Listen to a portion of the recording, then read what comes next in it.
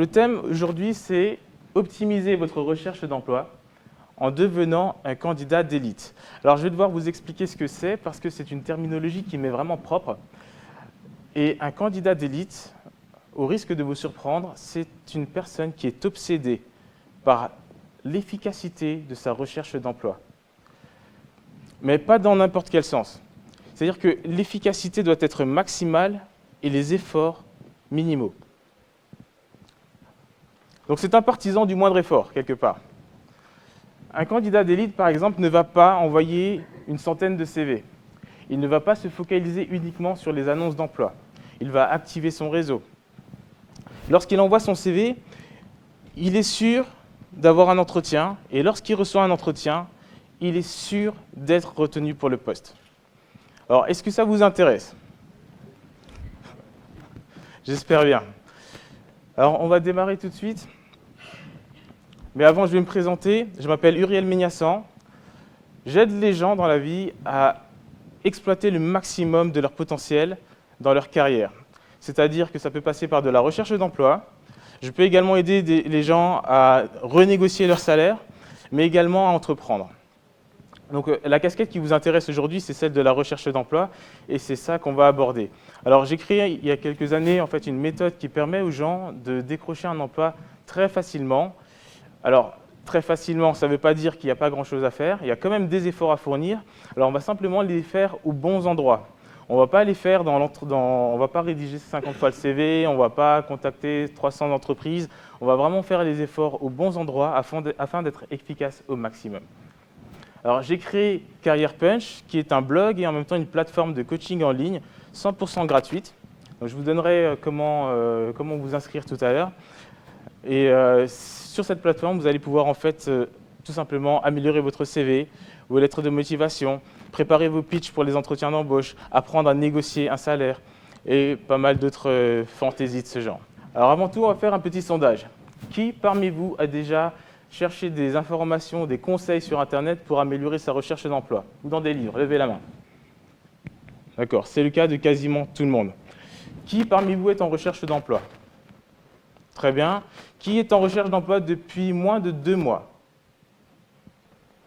Voilà. Alors, je ne veux pas culpabiliser les autres, bien au contraire, parce que ce n'est pas forcément de votre faute. Je suis passé par là aussi il y a quelques années. Et le grand responsable s'appelle Conseil Bidon. Quand on va sur Internet ou quand on lit des bouquins, on trouve vraiment des quantités de conseils. Le problème de ces conseils, c'est qu'ils ont souvent été, j'ai envie de dire, inventés par des intellectuels qui se sont enfermés dans leur bureau et qui se sont dit, tiens, pour faire une bonne lettre de motivation, on va par exemple utiliser le plan vous, moi, nous. C'est très bien, sauf qu'il n'a pas forcément été testé. Et l'efficacité, je pense que vous connaissez tous ce plan, vous avez pu voir qu'il n'est pas forcément très efficace. La preuve, c'est que la plupart des recruteurs ignorent vos lettres de motivation. Dans tout ce flot de conseils, il y en a quand même certains qui sont bons, mais il faut savoir les prendre dans le bon sens, les prendre en fonction de votre situation. Alors, si vous n'êtes pas encore des candidats d'élite, vous êtes encore aujourd'hui ce que j'appelle des candidats classiques. C'est-à-dire, ce sont des candidats qui vont faire des CV comme tout le monde, des lettres de motivation comme tout le monde, qui vont dire les choses en entretien un peu comme tout le monde. D'ailleurs, je pense que vous allez, pour préparer un entretien d'embauche, vous allez sûrement sur Internet regarder les questions les plus fréquemment posées et vous essayez de fournir une réponse qui vous est propre. Et malheureusement pour vous, lorsque vous sortez de votre entretien, vous ne savez pas forcément si vous êtes pris, vous ne savez pas quel était le niveau de votre prestation. Alors, on va prendre le premier ballon ensemble. Alors, ce ballon représente l'impact de votre candidature lorsque vous êtes un candidat classique. Alors, vous allez gonfler en même temps que moi. Alors, on va commencer par faire un CV bateau. Ensuite, on va écrire une lettre de motivation bateau aussi. Et puis, on va essayer de se préparer, comme tout le monde, aux entretiens d'embauche. Par exemple, à la question « Quel est votre défaut ?», on dira qu'on est perfectionniste, comme tout le monde. Si bien que le recruteur, lorsqu'il aura vu votre CV, votre lettre de motivation, qui vous aura éventuellement accueilli en entretien, votre candidature n'aura laissé aucun impact dans sa tête. Donc à 3, 2, 1, vous lâchez vos ballons. Voilà l'impact que votre candidature classique aura dans l'esprit d'un recruteur. Tous les efforts que vous aurez mis dans cette candidature vont partir. Il ne restera vraiment plus que du vent. Et mon objectif aujourd'hui, en venant, c'était de vous présenter comment faire exactement le contraire. Comment faire une présentation, comment faire une candidature qui soit efficace. La première chose que vous devez faire, c'est vous préparer. D'ailleurs, j'ai envie de vous poser une question, c'est qu'est-ce qu'on vous a dit lorsque vous avez démarré votre recherche d'emploi? Quelle est la première chose que vous avez entendu dire comme conseil? Qu'est-ce qu'on vous a dit? Faire un bon CV. Mettre à jour son CV. Alors, le problème vient de là. C'est que mettre à jour son CV, ce n'est vraiment pas la première étape lorsqu'on est en recherche d'emploi.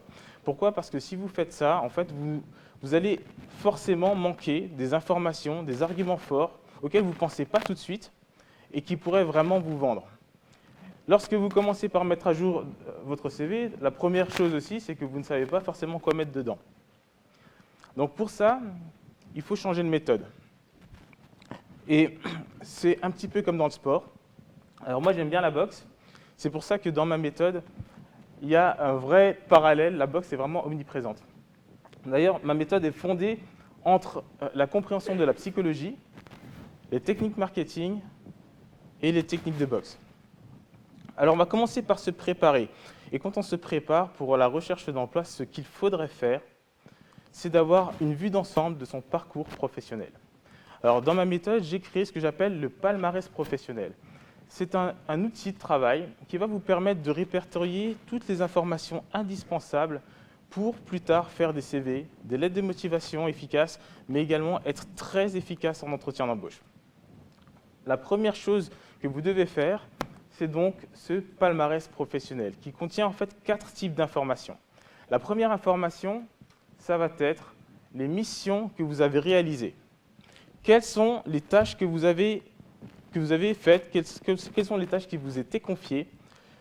Donc tout ça, ça va être la première partie. Et c'est ce que vous faites généralement dans votre CV. D'ailleurs, un CV, c'est une succession de listes de tâches en général. Et c'est pour ça que ce n'est pas efficace. Donc vous allez commencer par répertorier toutes les tâches qui vous étaient confiées dans le cadre de votre mission. Le deuxième type d'information que vous allez mettre en valeur, ce sont les difficultés. Quelles sont les difficultés que vous avez rencontrées dans le cadre de votre mission? Alors, tout le monde a des difficultés. Ça peut être des difficultés techniques. Ça peut être des difficultés sur le plan humain. Par exemple, 2 services ne s'entendent pas, ne communiquent pas. Donc, du coup, vous n'avez pas toutes les informations et au final, vous ne pouvez pas faire votre mission correctement. Peut-être que c'est des difficultés financières. Peut-être que c'est des difficultés en termes de formation. On vous demande de faire des choses pour lesquelles vous n'êtes pas forcément très bien formé et du coup, vous êtes dans l'incapacité de le faire correctement. Peut-être que ce sont des difficultés en termes de ressources. Donc voilà, vous allez répertorier toutes les difficultés que vous rencontrez. Il n'y a pas de métier dans lequel il n'y a aucune difficulté. Donc il va falloir déjà faire une réflexion sur ça. La troisième chose que vous allez faire, c'est mettre en valeur les actions que vous avez menées. Parce que vous avez une mission, il y a des difficultés, mais il va falloir quand même faire quelque chose. Qu'est-ce que vous avez fait pour surmonter ces difficultés? Ça va vous permettre en fait de contextualiser les efforts que vous avez fournis. Et alors, le quatrième pilier de ce palmarès professionnel, ça va être les résultats.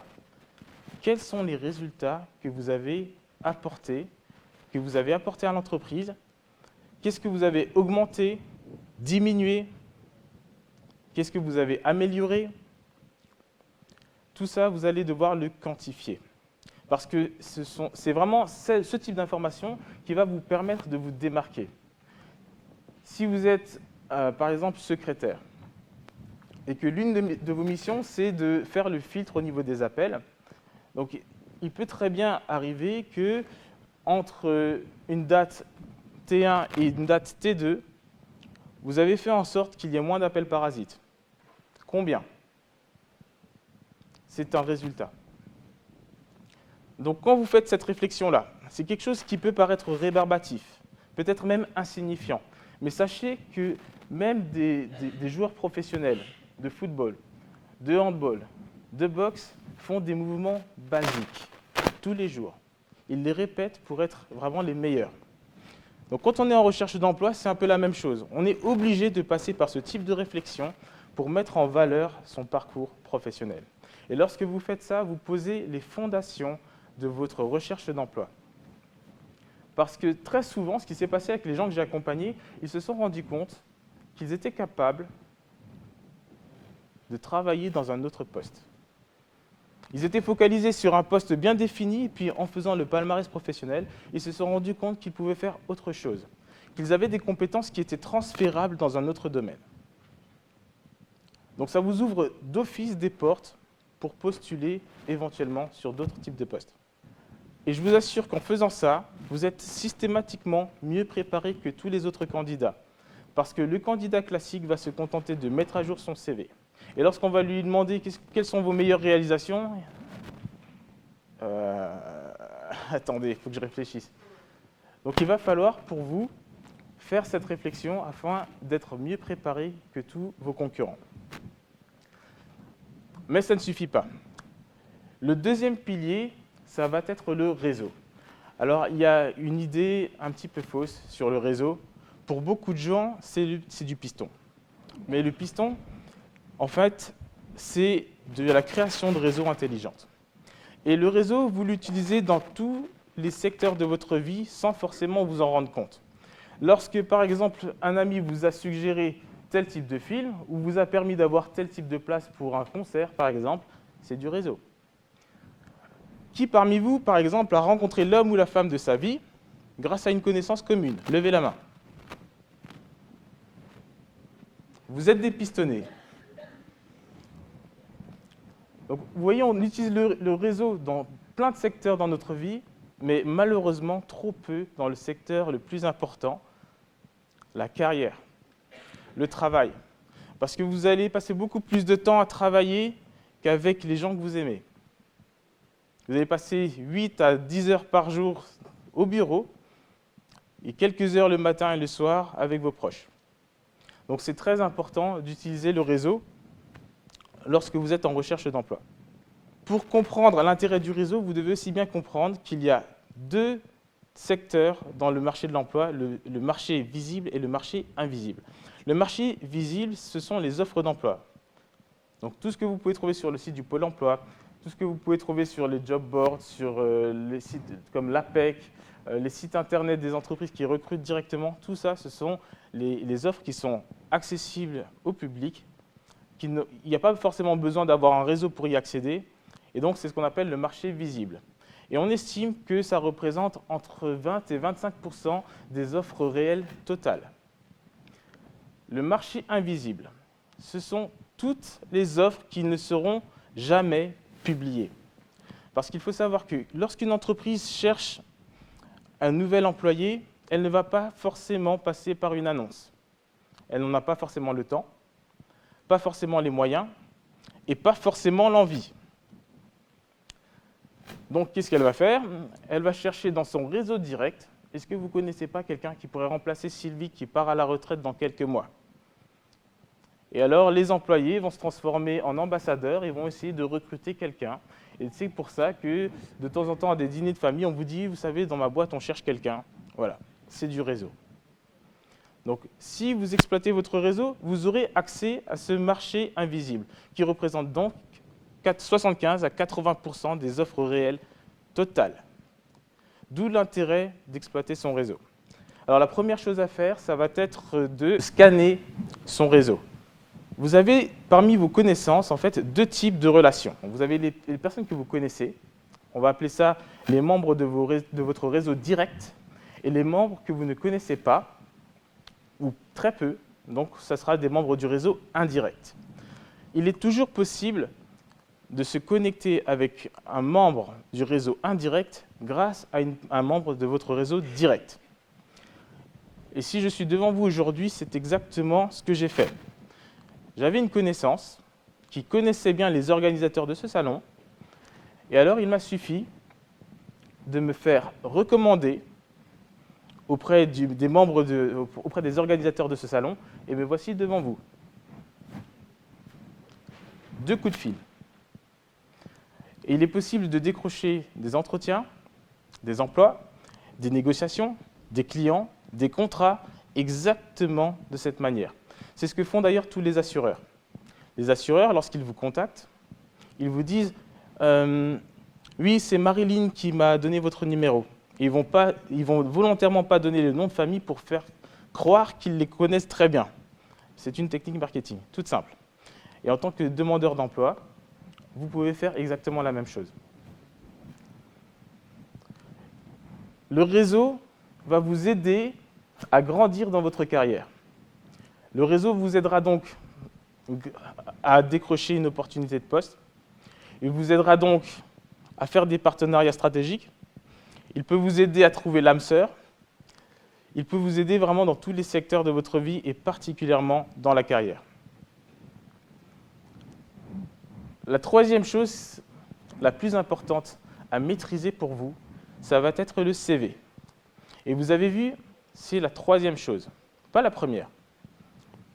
Maintenant qu'on a fait le palmarès professionnel, qu'on sait exactement quelle mission on a fait, quelles difficultés on a rencontrées, quelles actions on a menées, quels résultats on a obtenus, et maintenant qu'on sait qu'on peut se mettre en relation avec des personnes clés qui peuvent nous donner potentiellement des opportunités de poste, c'est à ce moment-là seulement qu'on va commencer à préparer un CV.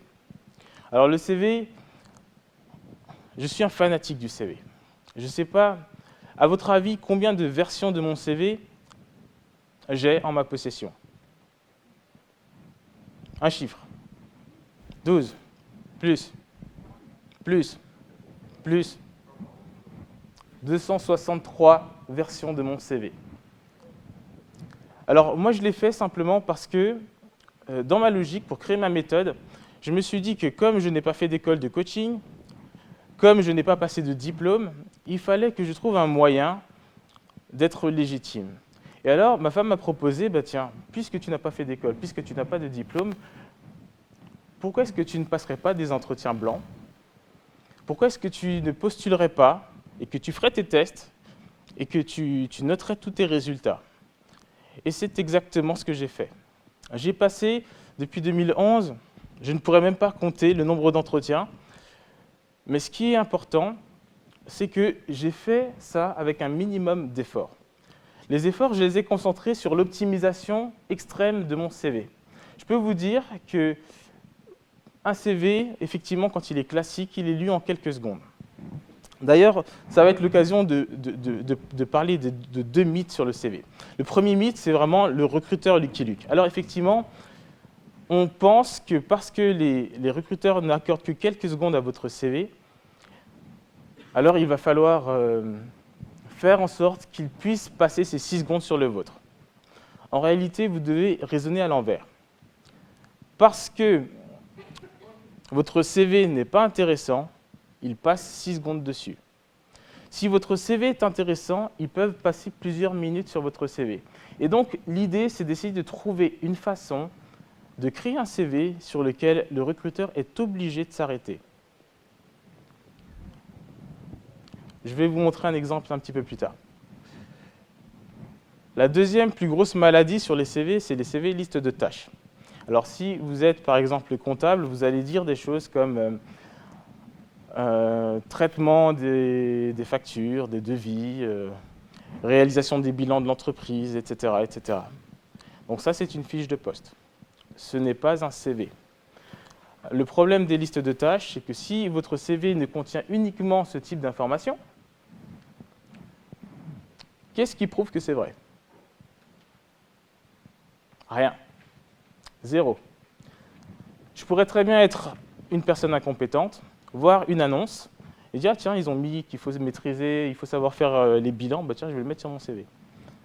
Voilà. Et c'est à peu près ce que font tous les candidats. Donc si vous voulez aller plus loin, vous allez être obligé de muscler votre CV un petit peu différemment. Alors, je vais vous présenter 2 techniques très spéciales. La première, ça va être la technique du personnage. Ah, je vois qu'il y a des gens qui me regardent un petit peu bizarrement. Alors, cette technique m'a été inspirée de la boxe. Je vous présente M. Melvin Manoff. Tous les boxeurs ont un pseudonyme. Lui, c'est No Mercy, ce qui signifie en anglais le sans pitié ou l'impitoyable. Et ça correspond parfaitement à son style de boxe et aussi à son profil. Parce que je vous déconseille de le rencontrer sur un ring, parce que vous avez 92,59% de chances de perdre le combat en étant KO. Sur les 27 victoires qu'il a remportées, il a mis 25 bonhommes KO. No Mercy, c'est parfait pour lui. Maintenant, la question est, pour vous en tant que candidat, quel est votre personnage?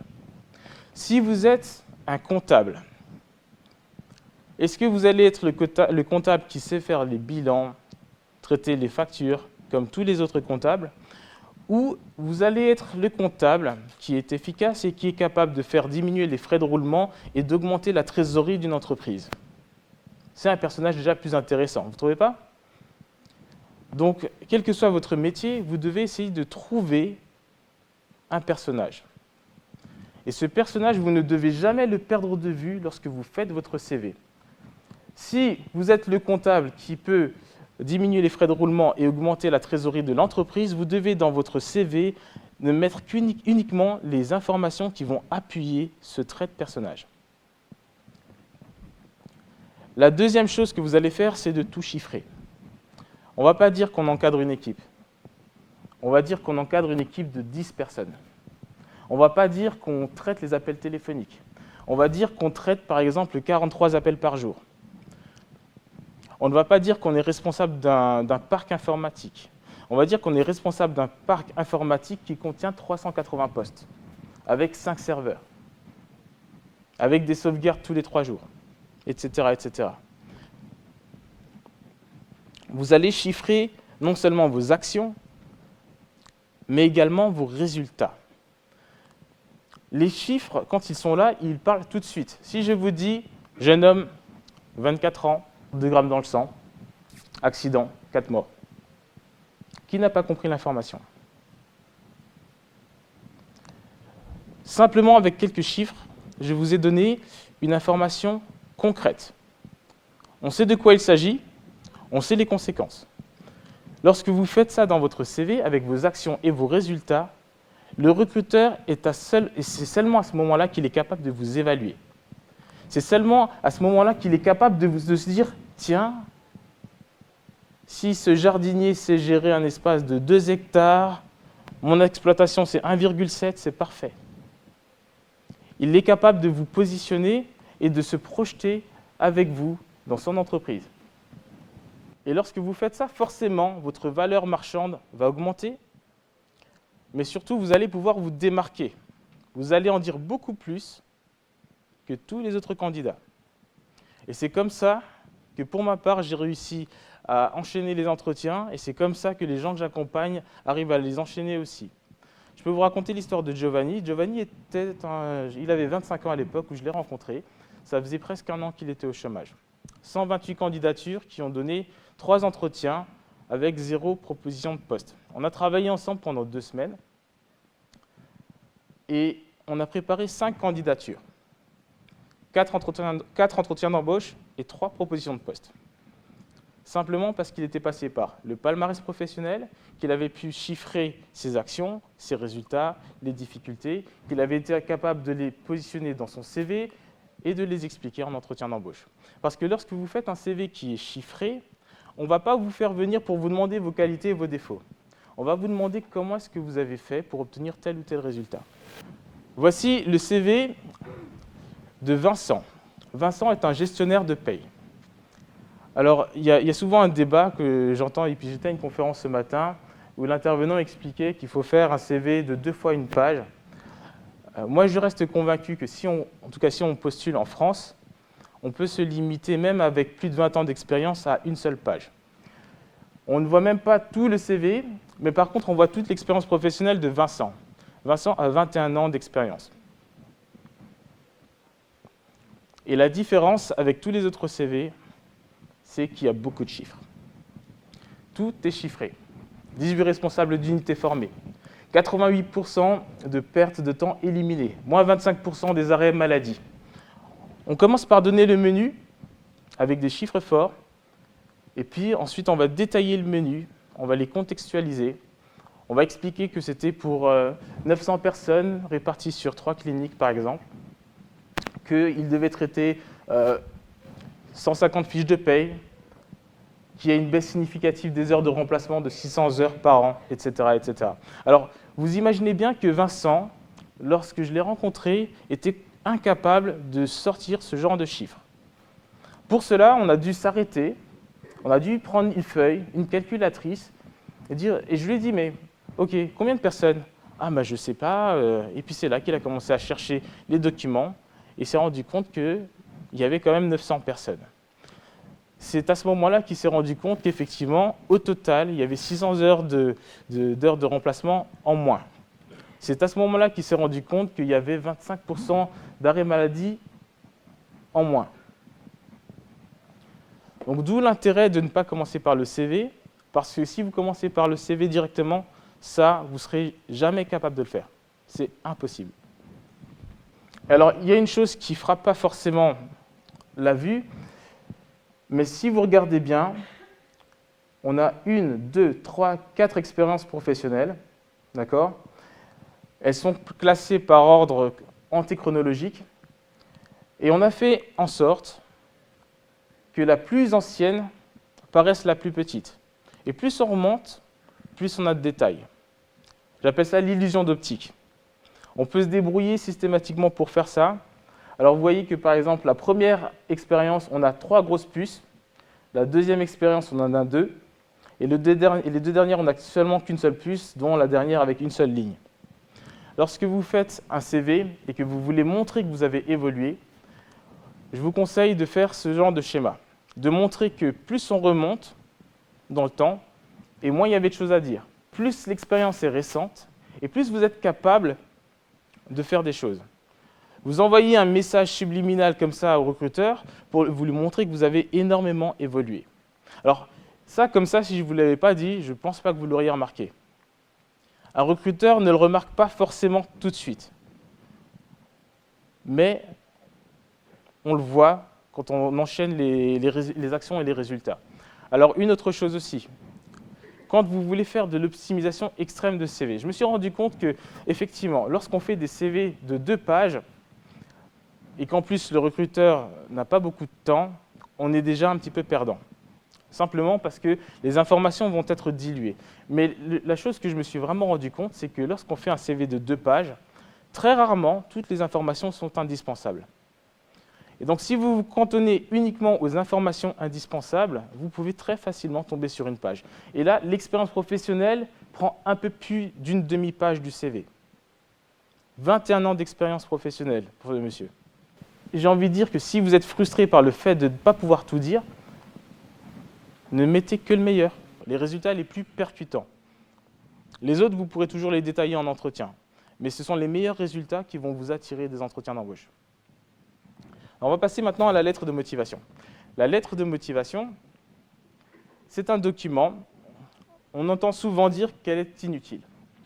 Alors je suis assez d'accord dans une certaine mesure, parce que la plupart des lettres de motivation que j'ai vues, elles répètent le CV, elles n'apportent absolument rien, et surtout, il y a énormément d'informations, j'ai envie de dire des affirmations gratuites. Alors la première chose à éviter, ce sont les modèles de lettres de motivation. Est-ce que vous avez une idée du nombre de fois que le mot-clé lettre de motivation ou modèle de lettre de motivation est tapé sur Google tous les mois? Une idée? 3000? Beaucoup plus. Beaucoup plus. Un peu moins.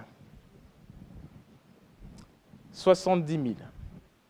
C'est-à-dire que tous les mois, il y a 70 000 personnes sur Internet qui vont taper modèle de lettre de motivation.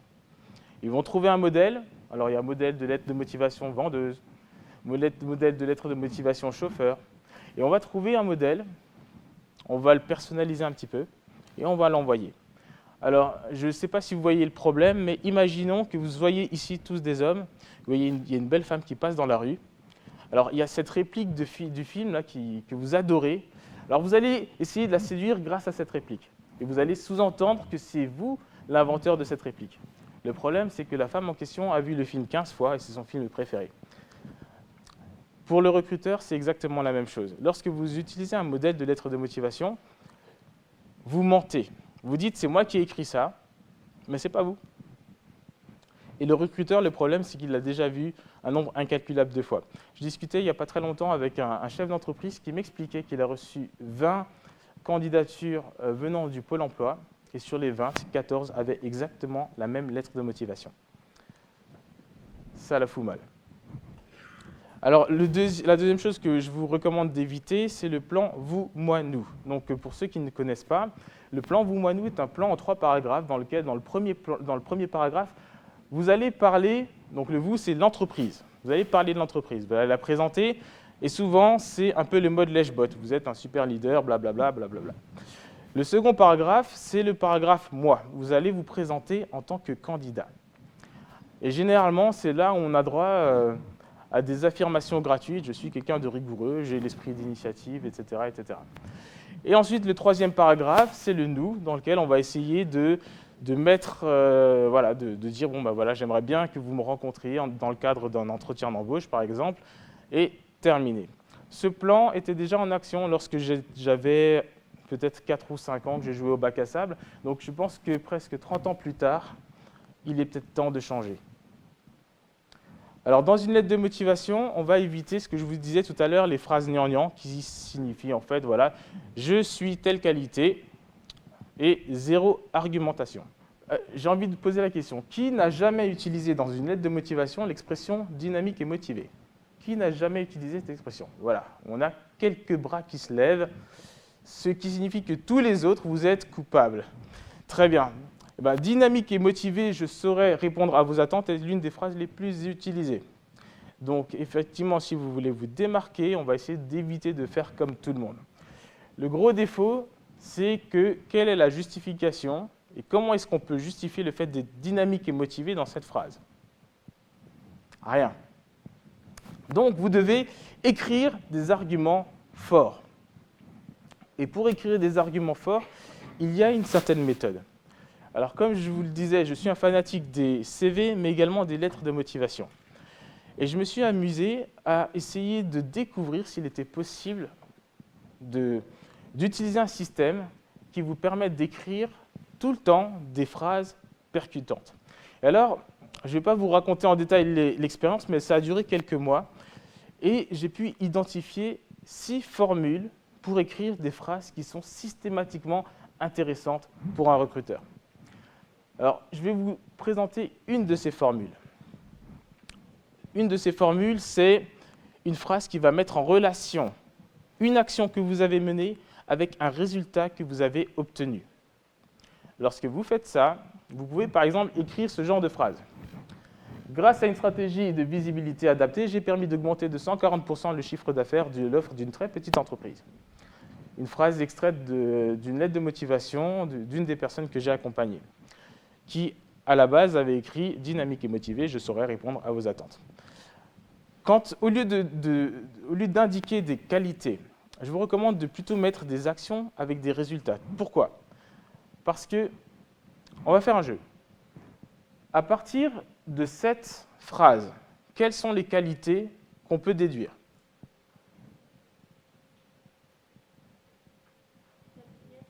La pugnacité, l'adaptation, la motivation, le sens commercial, le dynamisme. En gros, simplement avec une phrase, on va traduire beaucoup plus de qualités. Alors que si vous vous contentez de dire que vous êtes dynamique et motivé, vous vous limitez à 2 qualités qui ne sont même pas prouvées.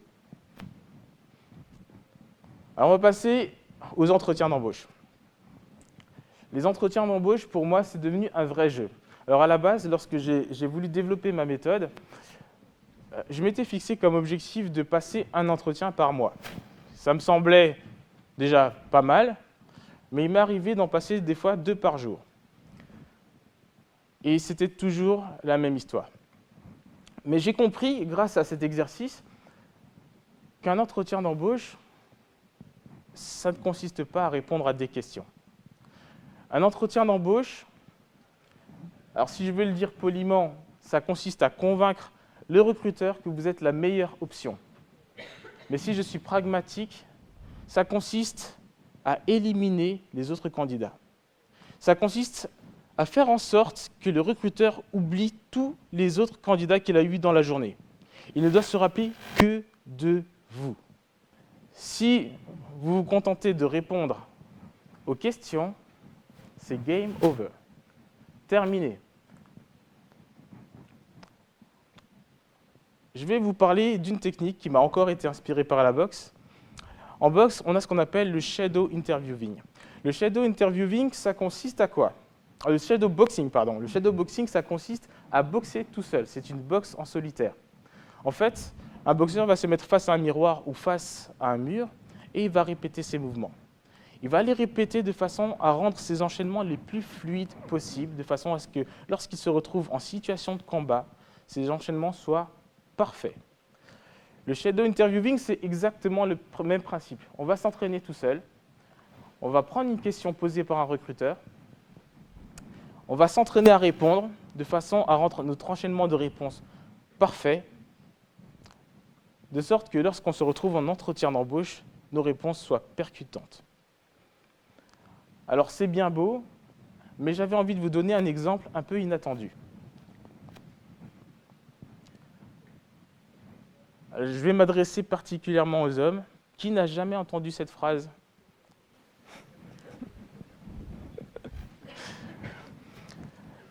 Alors, mesdames, on déteste cette question. Particulièrement lorsque vous nous la posez avant de se coucher, et ce n'est pas forcément cette partie qui a envie de travailler. Cette question, si vous êtes capable d'y répondre, vous saurez répondre à n'importe quelle question posée par un recruteur, je vous assure. Parce que la technique est la même. Et à force de passer des entretiens d'embauche, je me suis rendu compte qu'on pouvait universaliser le processus. Alors, pour tout le monde, j'ai une bonne nouvelle. Je vais vous expliquer comment vous allez pouvoir répondre à n'importe quelle question, même à celle-là. Est-ce qu'il y a des hommes qui sont venus accompagner? J'ai une mauvaise nouvelle pour vous. La première, c'est que je ne vais pas donner d'exemple pour répondre à cette question. La deuxième, par expérience, à chaque fois que je donne cette présentation, les hommes viennent se plaindre en me disant « Ma femme m'a posé cette question juste après votre conférence. » Donc préparez-vous à y répondre. Mais rassurez-vous, je vais vous donner les clés pour cela. Alors la première des choses qu'il faut faire lorsqu'on vous pose une question, que ce soit « Chérie, pourquoi est-ce que tu m'aimes ?» ou que ce soit une autre, vous devez identifier les questions cachées. C'est une question cachée, comme son nom l'indique, est une question cachée derrière la question qui est explicitement posée. Alors si je me mets dans la peau d'un recruteur et que je vous demande, monsieur ou madame, est-ce que vous savez travailler avec les personnes à fort caractère? Qu'est-ce que je veux savoir à votre avis? Une idée? J'entends la diplomatie. Est-ce que je suis la maîtrise de soi? Oui. Est-ce que vous... la patience? Est-ce que vous savez gérer les conflits? Est-ce que si un de vos supérieurs a un fort caractère, est-ce que vous savez vous imposer? Est-ce que si une personne placée sous votre hiérarchie a un fort caractère, est-ce que vous savez imposer vos idées aussi? Voilà une liste de questions cachées. Et je me suis rendu compte que lorsqu'on répond à 3 questions cachées, on répond systématiquement et parfaitement à la question qui est explicitement posée. Donc, quelle que soit la question qu'on vous pose en entretien, si vous voulez vous entraîner tout seul et avoir la certitude de fournir une réponse excellente, vous allez commencer par identifier 3 questions cachées. Si je vous demande quelles sont vos qualités, ça peut être en quoi mes qualités vont pouvoir apporter quelque chose à l'entreprise? Est-ce que j'ai des qualités qui vont pouvoir apporter quelque chose à l'entreprise? Comment les mettre en œuvre? Vous voyez, donc je ne vais pas faire une liste exhaustive, mais l'idée est là. Donc pour chaque question, identifiez 3 questions cachées. Donc, monsieur, pour chérie, est-ce que tu m'aimes? rappelez-vous-en. Alors maintenant, je vais vous parler de l'Analytics Punch. Moi, je trouve que c'est un nom super cool. C'est une de mes techniques. Alors, je ne peux pas dire que j'en suis l'inventeur parce qu'elle a été inventée par quelqu'un d'autre environ 1500 ans avant Jésus-Christ. Et je suis tombé, il n'y a pas très longtemps, sur une histoire qui m'a fasciné. J'ai trouvé cette histoire dans la Bible. Et dans la Bible, il y a un passage où il est question d'un entretien d'embauche. Un entretien d'embauche épique. Alors pour le contexte, on a Pharaon.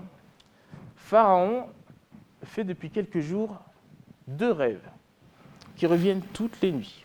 Alors il a fait venir ses mages, ses magiciens, et personne n'est en mesure de lui donner l'interprétation de son rêve. Alors il est tourmenté parce qu'il sent que c'est une crise majeure pour le pays d'Égypte.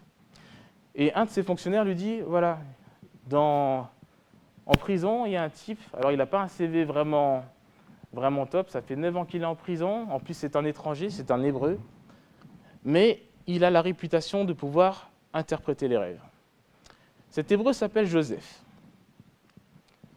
Et alors Pharaon fait venir Joseph. Et Joseph, ça fait 9 ans qu'il est dans cette prison, il a été faussement accusé, il a été au préalable vendu par ses frères, et il voit pour lui cette chance de pouvoir sortir de cette prison. Alors il a 2 options, et vous avez exactement la même option lorsque vous allez en entretien d'embauche. Vous pouvez vous contenter de faire ce qu'on vous demande, c'est-à-dire répondre aux questions. Mais vous avez la possibilité et l'option d'aller beaucoup plus loin. Alors Joseph, face à Pharaon, va commencer par faire ce que Pharaon lui a demandé. Il va lui expliquer son rêve. Il va lui expliquer que ce rêve signifie que il y aura 7 ans d'abondance pour l'Égypte et 7 ans de sécheresse. Et il aurait pu s'arrêter là. Mais on est tous des Joseph en entretien. Et Joseph, lui, il a décidé d'aller beaucoup plus loin. Il a expliqué à Pharaon, voilà, maintenant qu'il y a cette crise qui est annoncée, voilà ce que tu dois faire. Et il lui a donné un plan d'action détaillé pour faire en sorte que l'Égypte n'ait aucun effet de cette crise, que les 7 ans de sécheresse n'aient aucun impact sur le pays. Il aurait pu s'arrêter et se contenter de simplement expliquer le rêve. Mais parce qu'il a fait ça, Joseph est passé de prisonnier à Premier ministre d'Égypte. Et c'est lui qui a été en charge de faire en sorte que les 7 années de sécheresse aient aucun impact sur le pays d'Égypte. Et quand j'ai lu ça, je me suis dit, waouh, c'est exactement ce que doit faire un candidat. Un candidat d'élite ne doit pas se contenter de répondre aux questions. Il doit aller beaucoup plus loin. Et donc, c'est Joseph l'inventeur de l'Analytics Punch. Moi, je lui ai simplement donné ce nom super cool et je me suis contenté de donner des règles. Alors, un Analytics Punch, qu'est-ce que c'est ? Quel que soit votre métier, lorsque vous allez en entretien, vous avez la capacité de faire la différence. Et cette différence, c'est de s'attaquer à une problématique de l'entreprise. Parce que bien évidemment, en tant que candidat d'élite, vous avez exploité votre réseau. Donc vous avez eu des informations supplémentaires par rapport à un poste. Vous avez eu conscience ou au moins connaissance des problématiques de l'entreprise. Et avec votre expertise métier, vous allez pouvoir proposer une solution.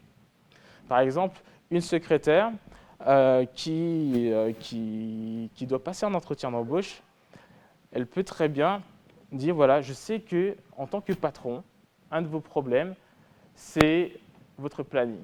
Vous avez du mal à gérer vos rendez-vous, etc., etc. Et si cette secrétaire, par le passé, a réussi à optimiser différents plannings, elle peut proposer une solution au patron. Et ça se fait pendant l'entretien d'embauche. Que vous soyez ingénieur informatique, directeur commercial, peu importe, vous pouvez toujours faire en sorte de proposer une solution à un employeur. Quand vous faites un Analytics Punch, vous prouvez votre valeur. Alors, quel est le format ? Ça peut être tout simplement un petit feuillet avec des graphiques, du texte, un plan d'action. Je recommande généralement sur 90 jours. Parce que quand vous faites un plan d'action sur 90 jours, vous montrez au patron que vous êtes déjà 3 mois plus tard vous vous projetez déjà 3 mois plus tard dans l'entreprise. Et il y a une technique toute simple. Madame, imaginez un éléphant rose. C'est comme un ordre. Que vous le vouliez ou non, vous avez pensé à un éléphant rose.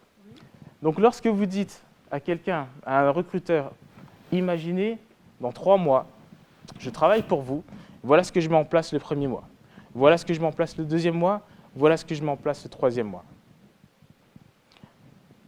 Le recruteur va se focaliser non plus sur vos qualités, etc. Il va se focaliser sur l'action. Et instantanément, tous les autres candidats vont passer aux oubliettes. Donc, pour vous montrer l'impact que ça a, ce genre de technique en entretien d'embauche, je vais vous inviter à prendre le deuxième ballon qui vous a été donné. Alors, la première chose qu'on a fait en tant que candidat d'élite, c'est qu'on a commencé par avoir une vue d'ensemble sur son parcours professionnel. On a identifié nos missions, nos difficultés, nos actions et nos résultats. Une fois qu'on a fait ça, on a commencé par activer son réseau, préparer un CV et une lettre de motivation en conséquence. Et donc, on s'est préparé à l'entretien d'embauche grâce au shadow interviewing et on est fin prêt pour mettre plein la vue aux recruteurs. Donc, si vous avez la capacité d'attacher votre ballon, vous pouvez l'attacher. Mais on ne va pas s'arrêter là. Parce qu'on a dit que répondre aux questions, ça revient finalement à faire le minimum. Et faire le minimum lorsqu'on veut être sélectionné pour être recruté, c'est le prix d'entrée, j'ai envie de dire. Donc on va sortir notre super Analytics Punch de la poche et on va, à 3, éclater le ballon. 1, 2, 3.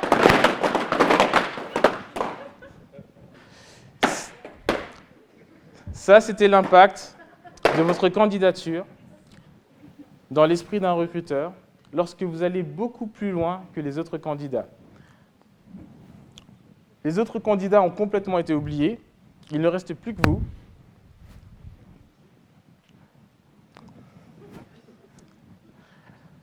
Et c'est vous qu'on va choisir. Alors cette technique est terrible parce que toutes les personnes qui l'ont utilisée ont systématiquement été embauchées. Et on peut l'extrapoler à d'autres domaines que la recherche d'emploi, puisque moi je suis à mon compte, j'ai différentes activités, et j'utilise cette même technique-là lorsque je vais démarcher un client. Je me renseigne bien sur lui, je prépare une analyse précise sur ses forces, mais aussi sur ses faiblesses. Et je lui montre, par un plan d'action précis, comment est-ce que je peux renforcer ses faiblesses pour les transformer en force. Et le résultat, c'est que même s'il m'arrive d'être le plus cher, je suis systématiquement sélectionné. Lorsque vous voulez négocier votre salaire à la hausse, même combat. On va montrer par ce genre d'analyse ce qu'on va pouvoir apporter à notre employeur. Parce que lorsqu'on veut négocier un salaire à la hausse, c'est un échange. On apporte de la valeur, et en échange de la valeur qu'on a apportée, on va être rémunéré un peu plus en conséquence. Et évidemment, c'est peut-être injuste, mais la règle du jeu, c'est d'apporter toujours plus de valeur qu'on va en recevoir. Ça vous permettra ainsi d'éviter toutes les objections, parce que si moi je vous propose 50 € contre un billet de 5 que vous me donnez, pour vous c'est intéressant. Et c'est un petit peu dans cet esprit-là que vous devez vous positionner lorsque vous êtes en recherche d'emploi et que vous voulez convaincre un recruteur. Alors j'ai un cadeau pour vous. Je vous disais tout à l'heure que mon blog, Career Punch, est un blog gratuit. Et il y a une plateforme gratuite également. Et justement, j'ai créé déjà tout un module en vidéo sur la négociation de salaire, sur l'optimisation du CV, sur l'activation du réseau. Et là, évidemment, j'avais à peu près 40 minutes, 50 minutes pour essayer de vous présenter ma façon de travailler. Et je pourrais en parler en fait pendant beaucoup plus longtemps que ça. Donc, si vous voulez aller plus loin, il vous suffit d'aller à l'URL careerpunch.com/. et vous aurez accès à tous ces modules. Et je vous ai aussi rajouté quelques surprises. Alors, je vais faire en sorte de rendre la présentation disponible, mais j'ai aussi prévu de vous mettre une simulation complète d'entretien d'embauche. Cette simulation, en fait, elle est décortiquée, donc c'est avec une des personnes que j'ai accompagnées. Et en fait, pendant qu'elle parle, tout est analysé. Sa communication verbale et non verbale, ce qu'elle dit. Et alors, il y a simplement des panneaux rouges quand c'est pas bon, des panneaux oranges quand c'est moyen, et des panneaux verts lorsque c'est bon. Et alors, en fait, c'est une séquence qui est divisée en deux parties. Dans la première partie, je l'ai pris à froid. Ensuite, on a eu une petite période de débriefing. Et dans la deuxième partie, il a appliqué tous les conseils que je lui ai donnés pendant la période de débriefing. Et en fait, il est passé de 7 sur 20 à 15, en l'espace de 20 minutes. Et donc, c'est une vidéo qui vous sera accessible également lorsque vous vous inscrirez sur la plateforme. Alors, vous pouvez me retrouver sur le blog carrierepunch.com. Vous pouvez me retrouver sur Twitter si vous êtes déconnecté, et par mail à uriel@carrierepunch.com. Donc, je vais remercier les organisateurs du salon qui m'ont fait l'honneur de m'accueillir pour cette conférence, et également l'équipe Diapothéos qui s'est occupée de la réalisation de ce PowerPoint. Merci de votre attention.